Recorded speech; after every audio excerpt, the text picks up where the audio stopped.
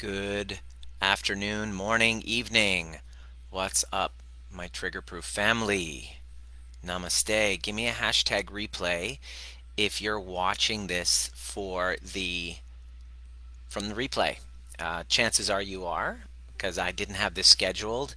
It just came through after looking at several people who've been reaching out in a really big bind, like catastrophe. It's like blow up. It's like explosion.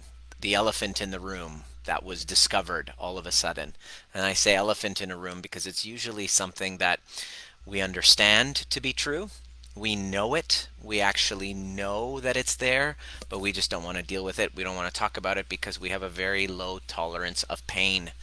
And I'm about to get uncomfortable and share very truthfully a topic that I'd rather not. In fact, I have been toying about an hour not hitting the go live button because I didn't really want to have this conversation. And there's a lot of shame around this conversation, and it's super duper important. Why? Because, well, we talk about each other's triggers, and we talk about taking responsibility for them, and we talk about the most important thing that you can have in your life ever that makes life worth living is a securely attached relationship. And secure attached relationships don't often come just on their own. They don't just happen. You don't just kind of like get lucky and have it. I mean, you can. That's kind of like hitting the lottery. If you have one without doing any work and you stumbled on one and you have a securely attached relationship where you feel safe to be seen, you can take off the mask and be yourself and fully express your truth and feel safe doing so. You've done that without any work. Like, my hats off go to you. I would actually love to talk to you. I'd like to get on a call and just interview you, maybe, and get to know, like, how did that happen? Because creating a secure attached relationship or finding somebody who's securely attached as a partner based on kind of like their own sense of safety and security within themselves is kind of like winning the lottery.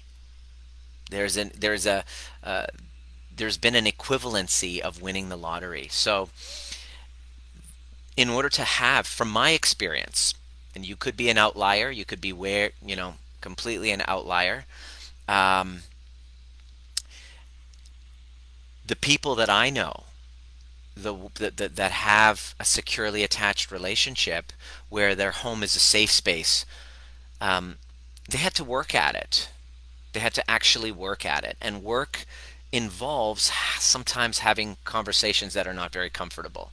So I'm going to be practicing that because I've been doing that work, and the work that we do with our clients in our programs is really geared towards guiding us to having uncomfortable conversations, because the name of the game is intimacy.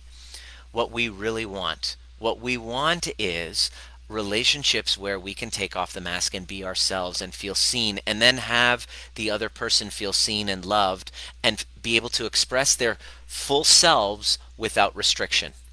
That's intimacy. That's secure attachment. And it's really fucking rare. And the reason why I am speaking about it as a chiropractor, why the hell should I talk about it as a chiropractor, is because I saw patterns with my patients throughout my practice that people who weren't in securely attached relationships and had unresolved emotional wounds had a tendency to get triggered in today and have destruction and chaos happen in the relationships in their lives and in the work relationships in their lives, relationships in general. They had problems in intimacy. And I would notice this pattern, but I didn't really know what to do about it. I couldn't help them. I would see it. I would teach them tools to change their stress, kind of like take past events, find the benefits, see how it is in divine order, all the classic DeMartini tools. I could do that, no problem. But it still didn't solve the problem of what happens to my body in the moment of activation. What happens to that impulse that I can't control? What happens to this need inside my cognitive brain that says, well, I really want to be in this relationship, but my body, which says, I want to fuck as many people as possible and get as much attention from women, all these women as possible, because I can't really settle down with one.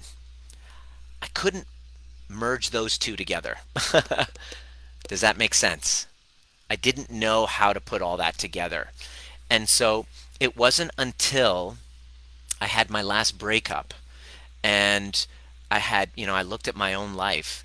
Every single relationship that I've ever been in, there was infidelity. I was cheating. And it wasn't because I didn't love the person. It was because, I had to understand why. I'm going to talk about that today. And as soon as I figured it out and got it right, I then had this ability now to trust myself. Because the story that I told myself was, I'm never going to get into a marriage. I can't get married again after my divorce. Because I felt like for 3 years I was in a prison, only having to not be able to sleep with that person because with somebody else. It was like, oh my God, this is a prison. Why would I expose myself to this prison? I need all this attention from many women. I need all of this sexual validation externally, especially when my wife and I were not connected. We felt disconnected. Naturally, I would be like, all right, it's time for me to, whether it was a girlfriend, and it happened in my marriage, my first marriage. After I got divorced, I decided I'm never going to get married again. I don't think I'm marriage material. I don't think I have the ability to not keep it in my pants. Let me know. You feel sick as I'm talking. Exactly. Thank you for letting me know, Jen. It came with a trigger warning. Trigger proof doesn't mean triggerless. It means having the uncomfortable conversation. And Jen, when you say I feel sick as he's talking, that feeling that's coming up, which I'm going to explain to you where it comes from, and your feelings and your triggers and the lack of ability to regulate yourself when that happens, in case you can feel sick. But do you respond? Do you shout? Do you cry? Do you blame when that comes up? Or are you able to self-regulate? Because if you're able to self-regulate, then the partner that you're with will be able to have a open conversation with you and feel safe in order to do so. Because, for example, if you're feeling sick as I'm talking, I don't want you to feel sick. I don't want to be responsible for you to feel that. So I'm going to avoid talking to you about it. And I'm going to keep this shame in the dark. I'm going to keep this shame in the dark. And shame fucking thrives in the dark. Shame is like having a party on Molly when it's in the dark. When it's in the dark, when shame's in the dark, shame is in the dark, it pops a Molly, turns on electronic music, and goes, woohoo! Shame thrives in the dark. And so when I turn on the light, it's painful, but what do we want? We want secure attachments. And in order to have secure attachments, we must be willing to have the courage to have these uncomfortable conversations. So thank you for letting me know, Jen. I really want you to pay attention because this is a very important conversation. It's been coming up a lot with the DMs that I'm getting with people who are struggling right now, post-COVID.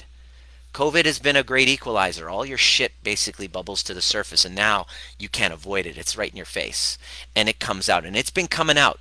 And my estimation is over the next year, more post-traumatic events from COVID is going to come out, and this relationship nonsense or the inauthenticities in our relationships are going to bubble to the surface, and they have been.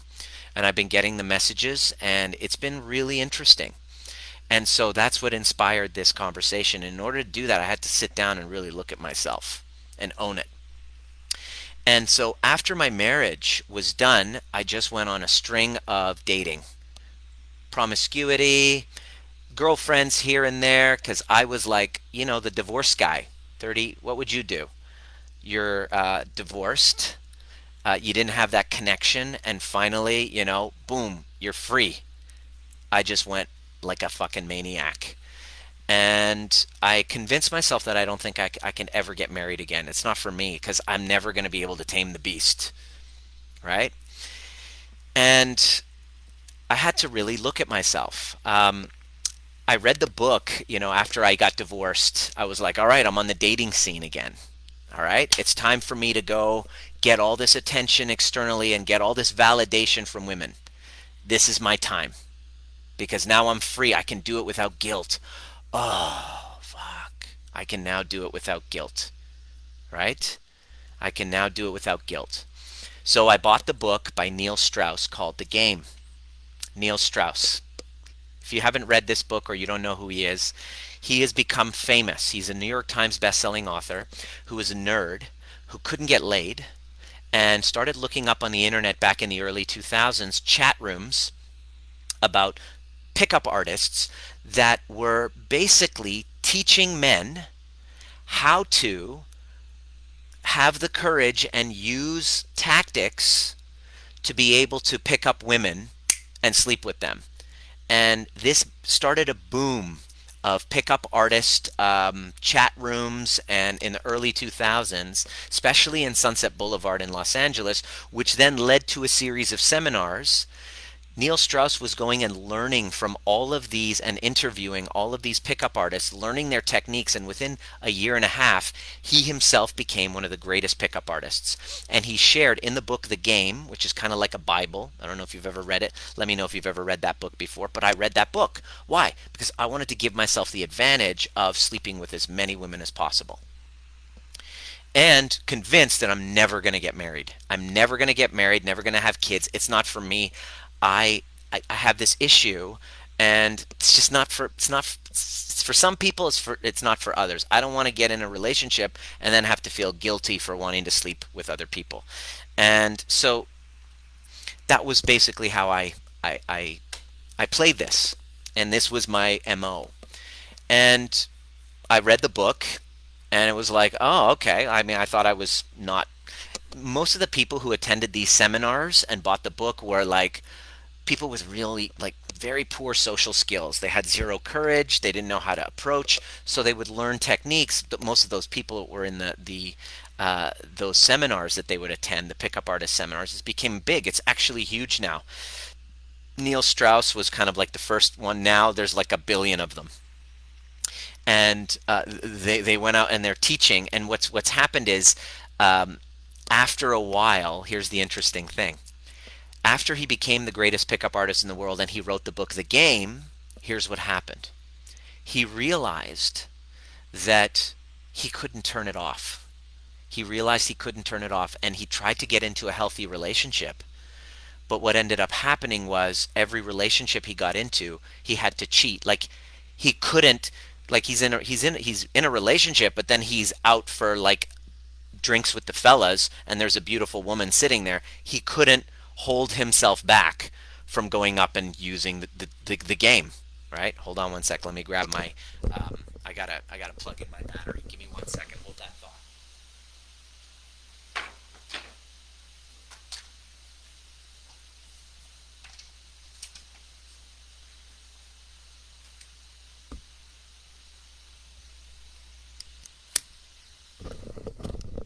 Is this interesting to you so far? Are you intrigued about this? Yes, I imagine you would be, because this has a relevancy to you, I promise. I don't know anybody who isn't touched by this thing, who hasn't had betrayal and infidelity in some way. So let me share this with you. So after he realizes that he is not able to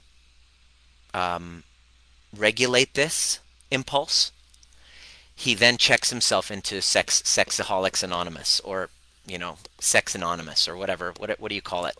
Sexaholics Anonymous. And that was the beginning of his second book. His second book that he wrote is called The Truth. And holy shit, I'm highly recommending you to read that book or listen to it. I would recommend you listen to that book. It's called The Truth by Neil Strauss. Basically, in a nutshell, he realized that, like all the other pickup artists realized, that the reason why they were going out and trying to seek all of that attention was, and to score with the babes, was because of their own insecurity. And after doing this for a while and seeing the dysfunctional pattern, they realized that, okay, there's something that I need to heal within myself, because none of my relationships are working. So after I read that book, I was just like, oh my God, I feel so seen. I feel so seen. I feel so validated. I feel like, oh my God, there's other people like me. Let me know if you can resonate with what I'm saying. And I'd love it if you were to to to mention in the comments section, have the courage to mention in the comment section so that I know that I'm not alone in this, okay? So after I read that, I was very inspired because it's a long book and it's uncomfortably true. Because the book, he basically starts off, says, I hope my mother and father don't read this. I hope my mother doesn't read this.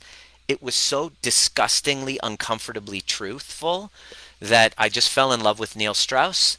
And it journeys his story of becoming like a sex addict who wasn't able to regulate himself with women and have a healthy relationship to is he going to be able to get married? And at the end of the day, I don't want to spoil it for you, but he finishes that book, and that was years ago when I finished the book, and it just so happened, and now he has a son. I'm just letting you know he has a son. I'll tell you right now. He does get married. I'm spoiling it for you. He does get married, and the book ends with him getting married. Anyway, fast forward to today, he has a son with that woman, but after after they had the baby, her old traumas came up and she decided she didn't want to be married. So that's where he is at now. How do I know? He's now my coach. Neil Strauss is now my coach. And he's basically, I've hired him because I was so moved by his book, and I'm part of his mastermind. And basically, because I understand, here's why. Here's why I'm part of his mastermind. Because I've never met anyone other than myself, Neil Strauss, other than myself, who's so committed to working on himself. And by working on yourself, I'm not talking about going for a weekend and doing a mushroom trip or an ayahuasca trip and thinking that that's working on yourself, because it's not. Taking a plant medicine and then going unconscious is helpful, especially when you're dissociated and you need to break the ice. But a lot of us are using these things as a distraction from actually doing the real work. Okay, I've done one ayahuasca trip about 3 years ago, and I had some profound revelations. If you're leaning on it regularly instead of actually doing the work, that's something for you to look at. Now, what I discovered in working with him is because he's committed to the truth. He's committed to the truth. That's why the book is called The Truth. Okay? The Game and the Truth by Neil Strauss. Yeah. The Game and the Truth. He's committed to the truth, and so am I. And the truth shall set you free, but first it will piss you off. As Jen Girdell Dare says, I feel sick as he's talking, because the truth is very triggering. If you're feeling sick and triggered by what I'm saying, what I'm going to get you to do is just to look inside, because this is very important for you to get this. And I've seen so many cases in our clientele with relationships that are breaking down because of sexual stuff that I'm like, all right, fuck, Nima, are you going to talk about this? Well, what are they going to say? They're going to say, well, you're a chiropractor. You're not supposed to be talking about this stuff. You're out of your lane. You're not qualified. All of this, all of my mental chatter that's been stopping me from actually having this conversation with you is what I'm confronting right now to have this conversation. So what I discovered as I've been doing my own healing work was that when I was 5 years old, I was humping my pillow when I was 5 years old, and my mother caught me. And in that moment, she had a reaction, and I remember it. I can remember it. Even though I was 5, it's still, I carry it with me. And what did she do? Well, what would a Persian mother do who's very religious? And naturally, she took me to the doctor because clearly something's wrong with me. The reason why I'm sharing that is because I didn't realize it at the time. Okay? I didn't realize it at the time, but in that moment, an idea, a concept was planted in my mind that was, Nima, your sexual desires and fantasies are not appropriate. Let me say that again. Your sexual desires, your fantasies are not appropriate. They're actually something to be ashamed of. It's not true, but my 5-year old egocentric mind watching my mother react to me completely made it true. Can you see that happening in your case? Can you relate to something like that? An old wound, let's call it a wound. We can call it trauma with a small t. I don't want to traumatize everything. It's a wound. Okay, there's worse wounds than being caught masturbating. There's worse traumas that can happen to my life than to be caught masturbating. But at the time, it was a pretty big fucking wound for me. And so, here, a concept in my mind that your sexual desires are not appropriate. Now, I start being raised in the Baha'i faith, where you're not, by law, you're not supposed to have sex before you're married. Before you're married. Okay, now here's the other problem. My body was desiring something different. And so, once again, one implanted thought and belief that's deep in my subconscious. It's actually not even in the conscious mind. Here's the key. It's not even here. It's here. It's in my brain stem. The belief that I'm supposed to feel ashamed for my desires isn't a cognitive process that I'm like, oh, yeah, yeah, I should be ashamed of my sexual desires. No, no, no, no, no. It's actually in my body. My body feels shame for wanting what I want and desiring what I want. There's shame about it. Second, that shame becomes reinforced with my religious beliefs. Third, that shame then becomes reinforced when I'm dating somebody and I don't have, because I'm emotionally immature, I don't have the courage to speak my truth. I haven't done my healing work. I'm still living with shame. So I'm going to hide that part of me. And instead of telling my girlfriend when I'm in my teens or 12, 17, 18, that I say yes to everyone and I want as much attention as possible, and one isn't enough for me, because if you pull away from me based on my other abandonment wounds, if you pull away from me and I don't have your validation, I can't live with myself. So I have to have about 3 or 4 others that I can choose from to distract myself from the pain of my own shame. Let me know if you can resonate with this. Okay? So that's that shame I'm holding on to. I get into relationships and then I don't share that part of me. God forbid. Fuck. You don't share this kind of shit with people. I mean, I'm sharing it with a group of some colleagues, some, clients, a whole bunch of strangers now in front of a fucking camera, putting myself on the line. It's not easy. But certainly as a 17-year-old, I'm not going to say this to a girlfriend. So then I get to see the impact when she discovers that I'm cheating and she feels completely betrayed, not knowing that it's not about her, but she then, because of her wounding, feels so devastated, and boom, more shame. So by the age of about 22, 23, 24, I'm carrying fucking truckloads of shame about what my core desires are. But here's the thing. The shame isn't conscious. It's in my body. It's in my lies. It's in my physiology. It's in my sneaking around. It's in my, hiring prostitutes here and there.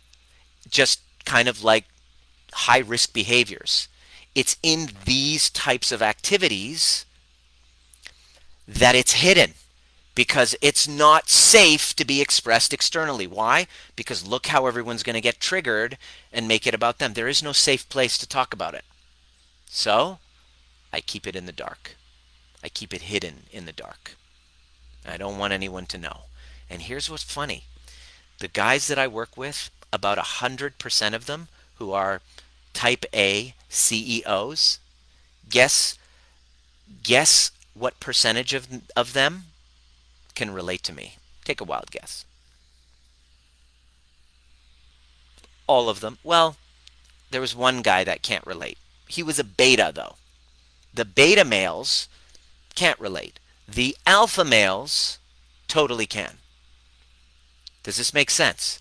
And they all feel the same shame, and many of them are coming to me after an infidelity. It's like, how do we fucking fix this? I see you, bro. I'm not saying just bro because this happens with women as well. This is not a masculine feminine thing. I'm going to relabel them so you can get. I'm going to relabel instead of saying the guy, the girl, because that's typecasting sexes. It's not like that. It happens both ways. We'll call it the wanderer and the betrayed. Okay? So, what happens? This shame buried with both parties, by the way. That's one side. The second part is the betrayed part. You take a person who, growing up, experienced exactly all. Okay, beta male. Alpha male, type A, the dominant. Beta male is kind of like a non-dominant, submissive male.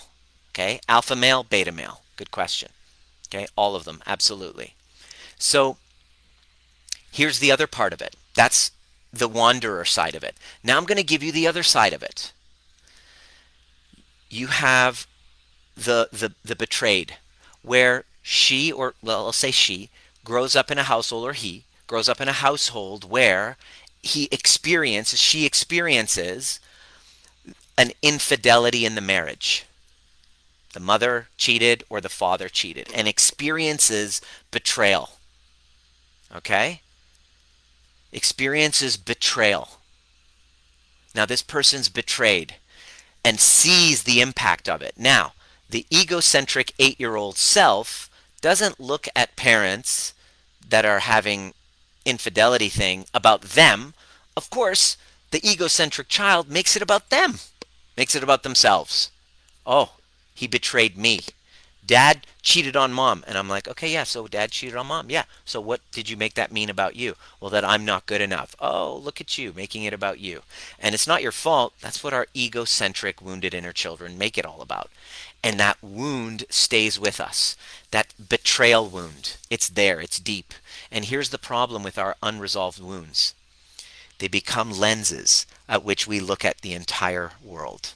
We look at the entire world based on this betrayal wound. Because of that wound, or whatever wound, abuse wound, neglect wound, whatever, now the entire world is seen through this lens. Then you get into a relationship in high school, and guess what? Boom! It happens there. Because teenagers with complete unconscious relationships without understanding secure attachments, okay? It happens, and now, boom, that wound. Or maybe you had a sexual trauma, okay? You had a sexual trauma, which is probably now about at least 50% of girls growing up. I don't know what the stats are, but the majority. If you haven't had it, you're of the minority, okay? Some form of it, okay? Guy or girl, we've all had some form of it, a wounding or a trauma, whichever one. Now, each one of those woundings and traumas become rocks in our backpack, and we carry it with us to the next relationship, and it becomes our lens. And here's the fucked up part about these wounds. These wounds, especially if they're open wounds, we have a tendency to attract events in our lives that bump up these wounds because our higher self has a desire to complete it. Let me say it again. Any unresolved wound from your past, you carry with you, and you attract unconsciously like a magnet. And by the way, this isn't victim blaming. It's not your fault at all because you have no idea about it. But there's an unconscious desire within your nervous system to actually complete it and go full circle. And this incomplete, which is an open wound, you will keep bumping into because your nervous system desires you to actually to flush it through, to process it properly. So you're constantly battling those same wounds. The same patterns. Again, why do like I saw this guy, he came in and his big issue is why is it that every woman that I date cheats on me? It's been a string of them, 5 in a row. All women are cheaters. And I'm just like, fuck, that didn't happen to me. I don't have that experience.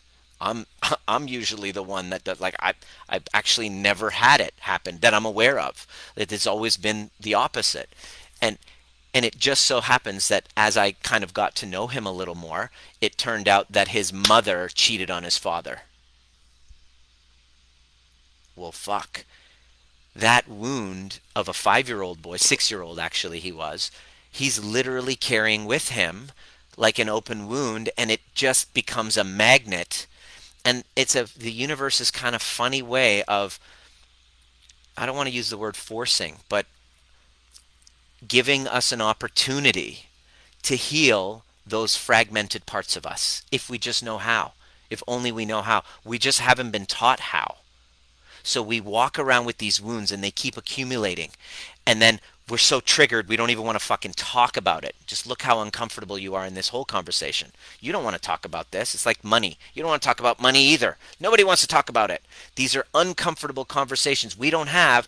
We bury the shame and it thrives. And instead of talking about it and expressing, we get into situations where we suppress. And guess what happens to your energy when you suppress it? Does it go away? Take a wild guess what happens to your energy when you suppress it. When you suppress this energy, what happens? It fucking takes over. It takes over. It becomes massive. It runs your whole life. It drives the bus. And then you have to discharge it. Going to Sin City. One of my good friends he's a male lap dancer, who, this is true story. It's not even a joke. Love the guy. He paid his way through university to get his PhD by lap dancing and being a male prostitute. And he's one of my good friends. He's actually one of my best friends. And I asked him, he said, I've seen it all.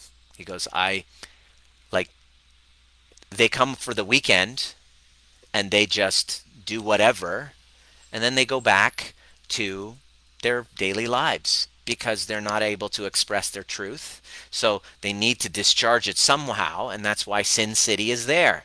Sin City is the place where America and the world express what they've been repressing because of shame. So what do you do? What do we do?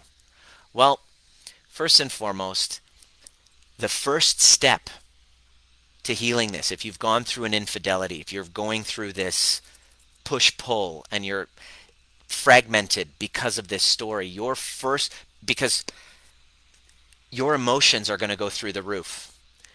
Your first job, whether you're the wanderer, I'm going to talk to the wanderer and I'm going to talk to the betrayed right now, both of you. I'm going to talk to both of you right now and tell you what your options are moving forward.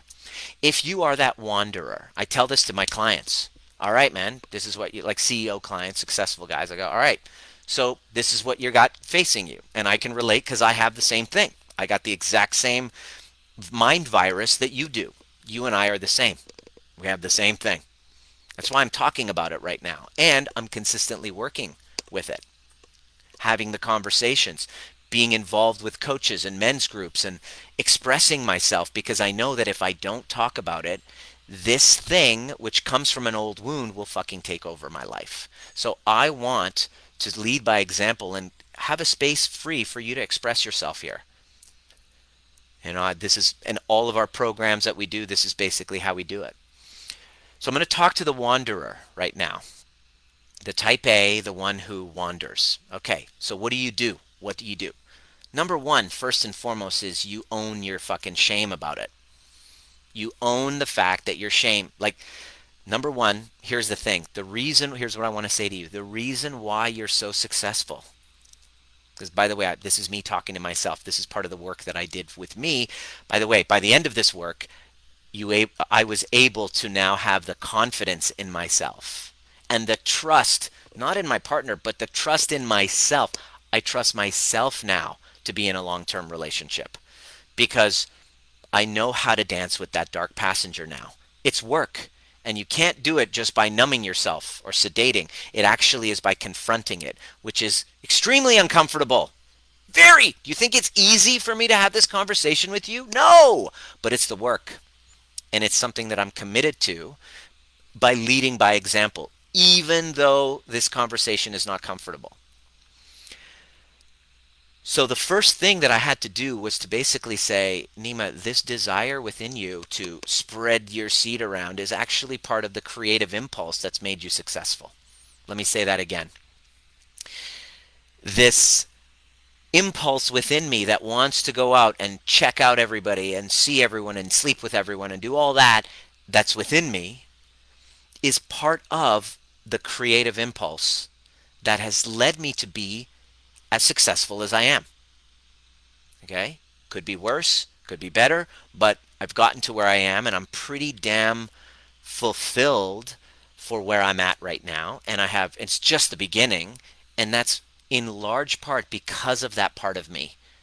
So the first step, wanderer,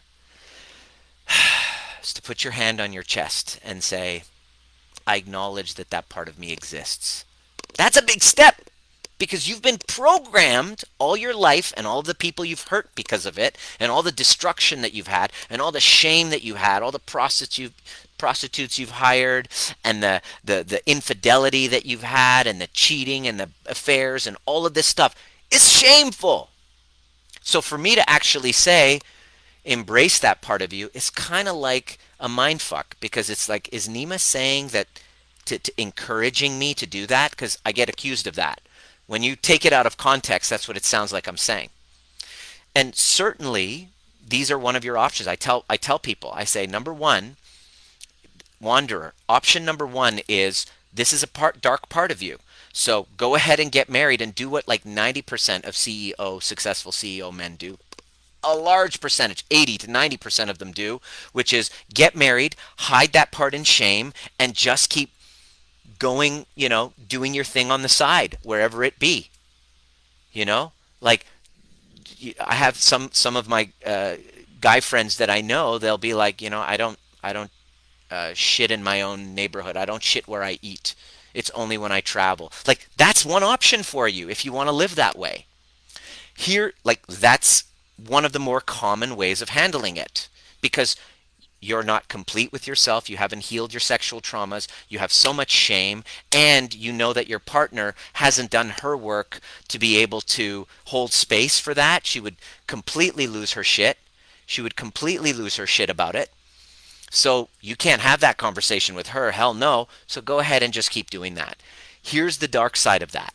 That's one side. You get benefits and there's drawbacks of that. There's a benefit there, so you don't have to have the uncomfortable conversation.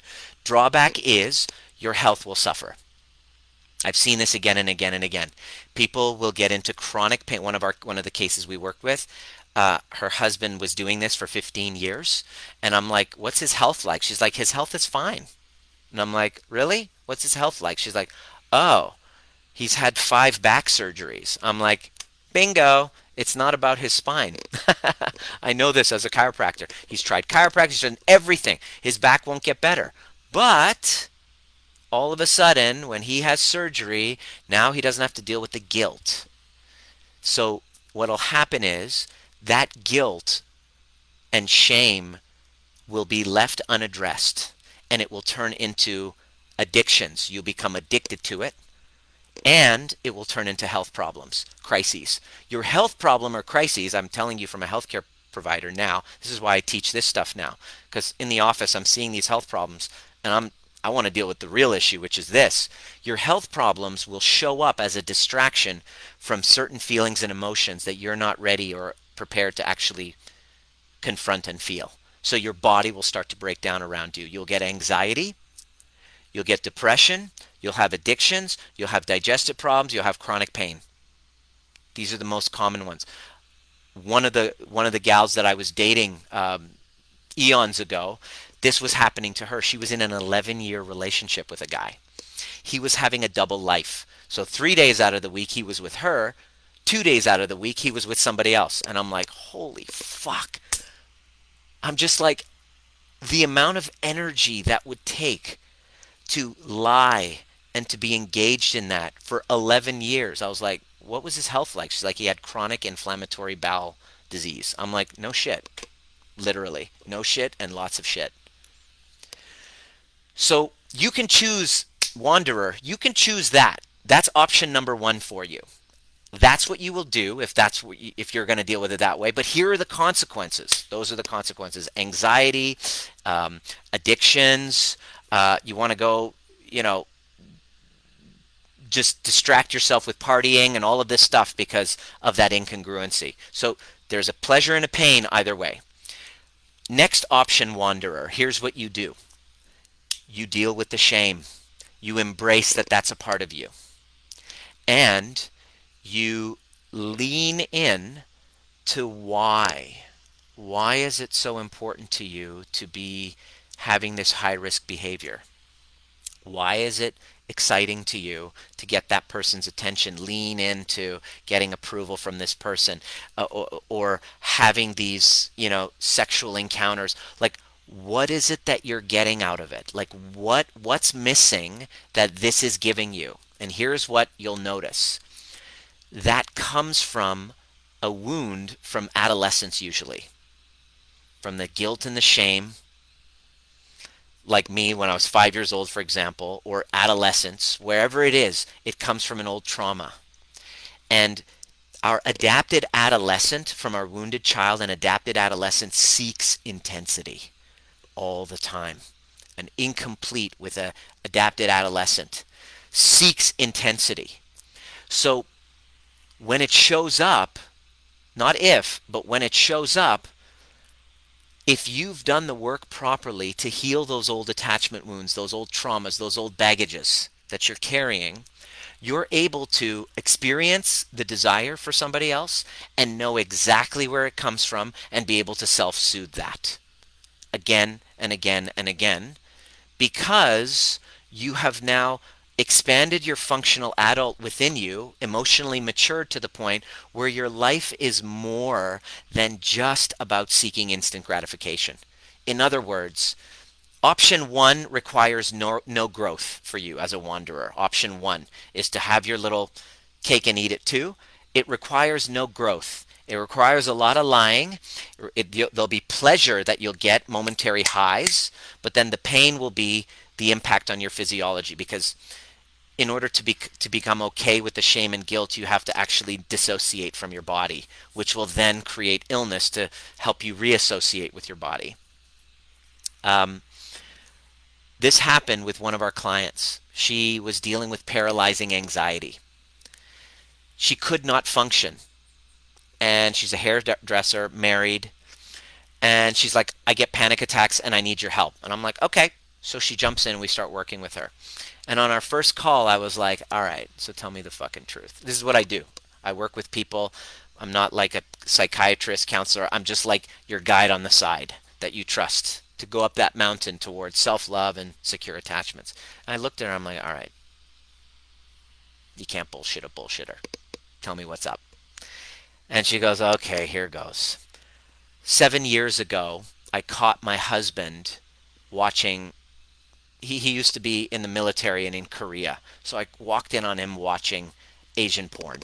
I had a little chuckle about that because I thought that was cute. But I digress. I caught him watching Asian porn. And in that moment, I decided that I wasn't good enough for him. So I called up my old high school flame, who was always into me. And I started an affair with him. So she starts having this affair with him. Interestingly enough, for 7 years. And soon after the affair, she starts getting spotting in her underwear and goes to the doctor, and a few months later discovers that she has endometriosis. So, interesting. She has endometriosis soon after the lie, the incongruency. Slowly, her health started to decline. Over time, it started to decline. After about the 7-year mark, the doctors decided you need a hysterectomy. So she was still maintaining this affair with this guy, not telling her husband. The morning after her surgery, she wakes up from her hysterectomy and boom, starts getting panic attacks, and had panic attacks for 2 years until the point that I talked to her.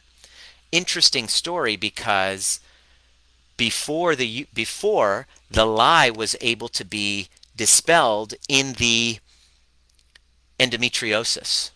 But then you take out the endometrium, her uterus, and now there's no organ to express that lie. So naturally, it turns to panic attacks and anxiety.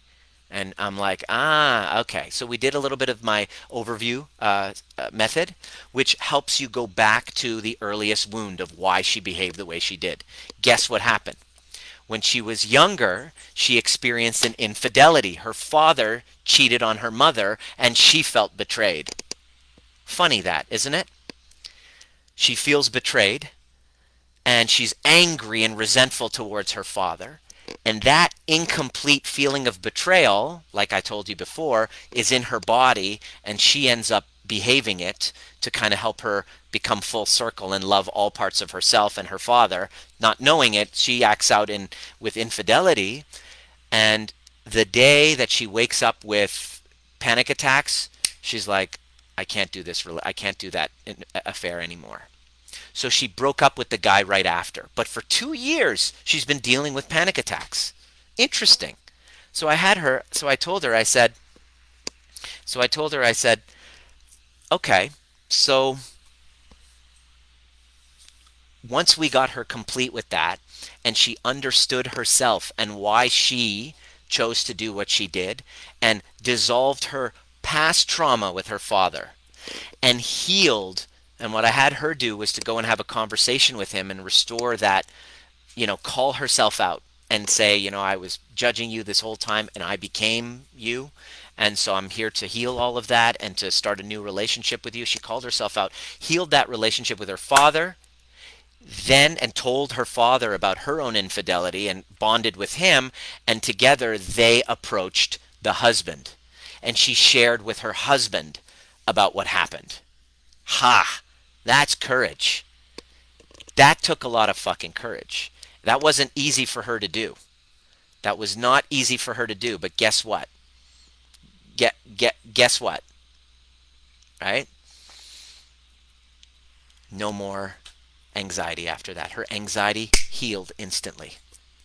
Now, I say this to you because after that infidelity, and it all came to light, the conversation was had, healing was had, old traumas were resolved, and then she was able to have a secure attachment with him. He shared some of his, they shared each other, and they took off the masks, and now the relationship became even playing field. And here's the interesting thing. Infidelity and all of this is either your way out of a relationship, or it's a way actually back in, and that's up to you. It's entirely up to you. It's your choice of exactly how you want to play it. It could be your ticket out. In many cases we've worked with, this was your ticket out. I was like, what was the benefit of of her cheating on you? I remember working with Avon, and he had a trauma, a betrayal trauma, and his girlfriend cheated on him. And when we saw him at the overview experience and we worked through that, and he was like, oh my God, she set me free. I didn't want to be in that relationship. It was codependency, and I needed to leave, but I didn't have the courage to leave because I was trying to fix her and solve her. And finally she gave me a way out, and he had tears of gratitude for her. He ends up calling her and saying, for 5 years I've been mad at you. I want to set you free of the guilt, and I want to be free as well. They completely got complete with that. His power was elevated, his self-esteem went up, and his courage to get a better job and to expand himself and to have greater intimacy was totally elevated by doing the work. So, wanderers, option number one for you is to go out and to have that double life and to just keep it hidden in the dark. There's benefits, but the drawbacks are it's going to cost you your health, and completely, when the truth eventually comes out, there is a feeling of devastation and betrayal that is Very, very difficult to repair. It's very difficult. Okay? You can, if you're committed, there's no rules, but it's going to take a lot of work. So that's option number one. Option number two, Wanderer, is you clear your shame and heal the wounded inner child within you that had the sexual shame, the traumas, whatever, and to heal those woundings and to work on tools to trigger proof yourself to your impulses so that they don't actually run your life. You can then, here's what the benefit is, you then channel them properly within your relationship, within your work, as what's the guy named? The guy who wrote Think and Grow Rich.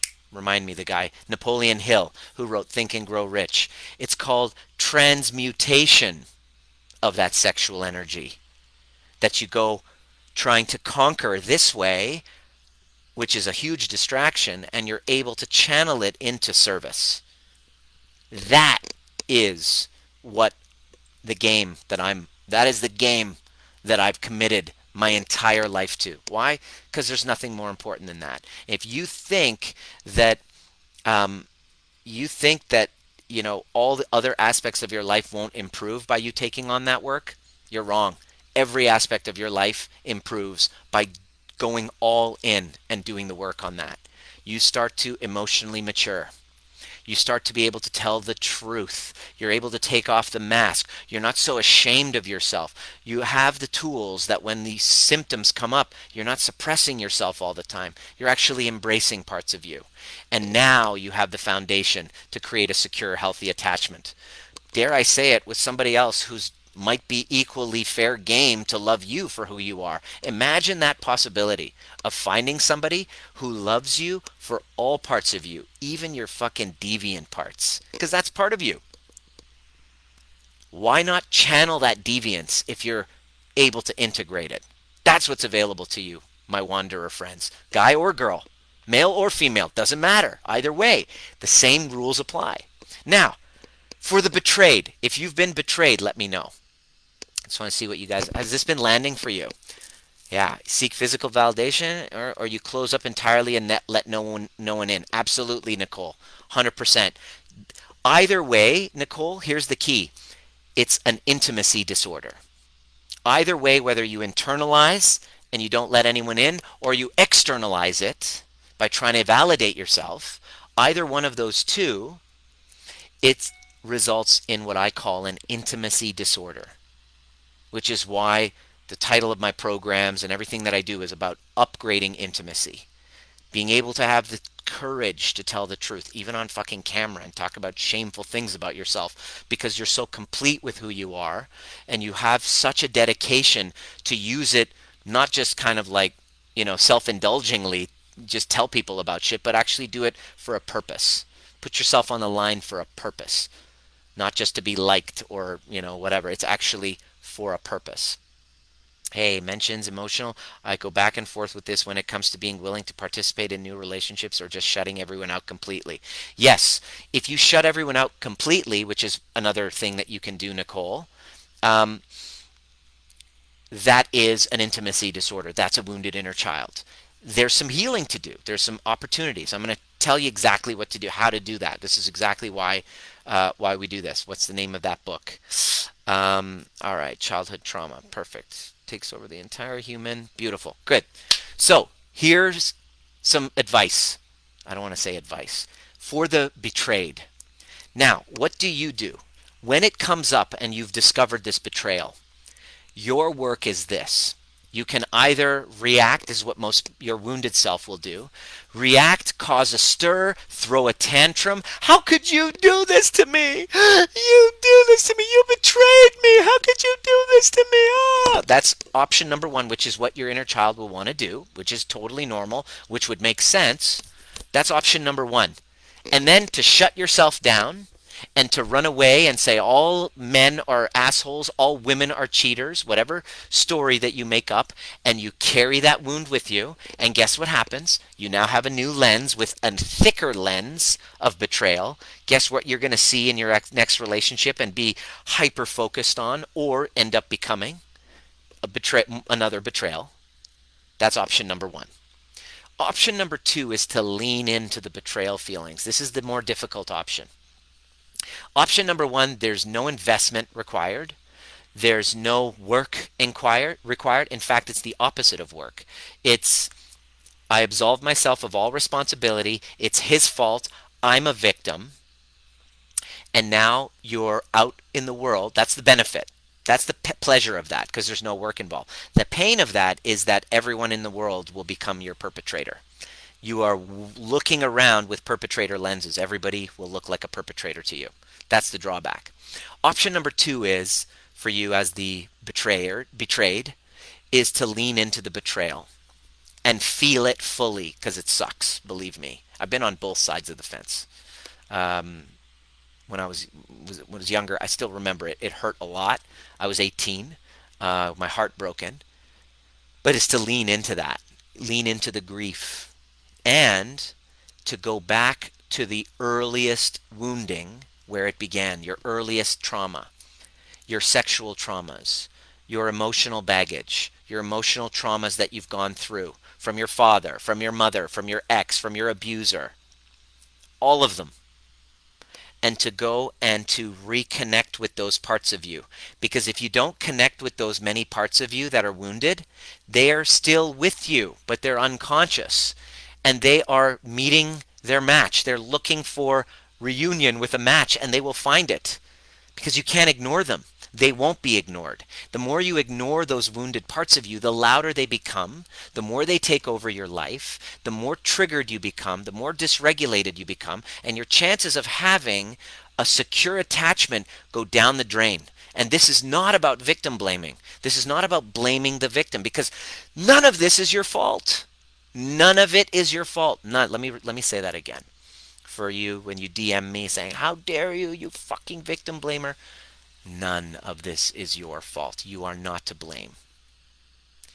However, there's an opportunity and a responsibility of looking at what's coming up for you and seeing what comes up.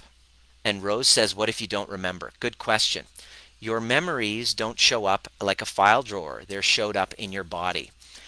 When you have the right technique, Rose, you're able to drop into the feelings of the betrayal and go back to the earliest memories where they come up. And they will show up.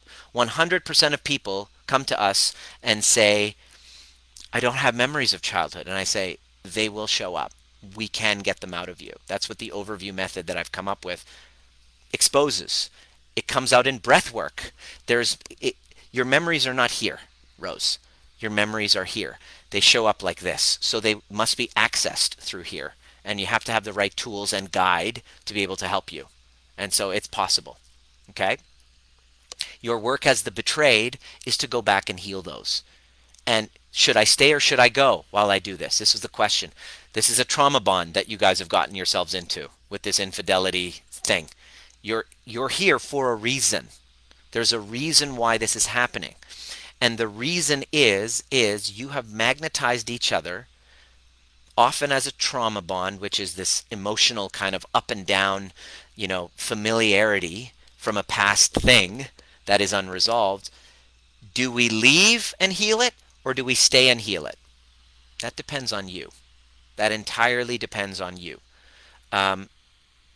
Healing, the first part that we do with our clients is we help regulate the nervous system. If you're in a situation like some of our clients where just being around that person sends you into a fight or flight, then yes, it's a lot wiser for you to maybe create space if you have that availability, if you can move somewhere to create that separation. When I went through this in my last relationship, my last toxic one where we were in a trauma bond, it wasn't really about infidelity. It was just about just codependency in general. I knew that I needed to move away. So I moved away and I started to do the work that I'm teaching now. Everything that I'm teaching now is not just something I read in a book. In fact, it's all what I've experienced and studied through neuroscience. I actually, not only am I the president, I'm also a client. So what you do is you can take the time and separate. Depends on how resourced you are. Or this could be an opportunity if both parties, this is the cool part, if both parties are committed, you can use the relationship as a spiritual practice so that after a few months of doing the work, you can then see from a healed place, from a place of healed wounds rather than open wounds, from a place of the scars rather than open wounds, you can go, yeah, this is a new relationship. I'm all in. And we're now on to a next level that's even better than before, fully trusting, fully owning our part in the dynamic. Because quite frankly, if I shut down, if I'm with you as a partner and I shut my body down and dissociate from you, of course I'm setting the stage for, because I'm so resentful towards you, of course I'm setting the stage that you're going to go to work and have somebody give you attention and then that be a risk. I have to take responsibility for my own shutdown that contributed possibly to this discipline. Not my fault, but my step in the dance. Why? Because I want to create a secure attachment. Because I want to be, rather than sitting back and hoping that it comes to me, I want to become the kind of person that is regulated enough where I'm in a relationship with you and you can tell me the truth. And I'm able to hold space for myself first and then hold space for you.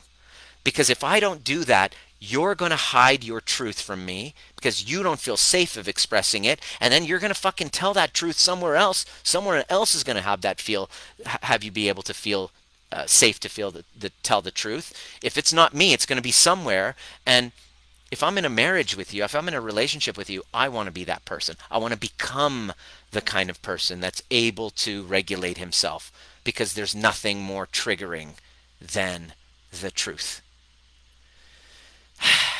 So for the betrayed, your work is to not blame it on him, not blame it on yourself, but take a pause and not jump to conclusions and possibly use this time to self-reflect and self-heal while they do their own healing, hopefully together.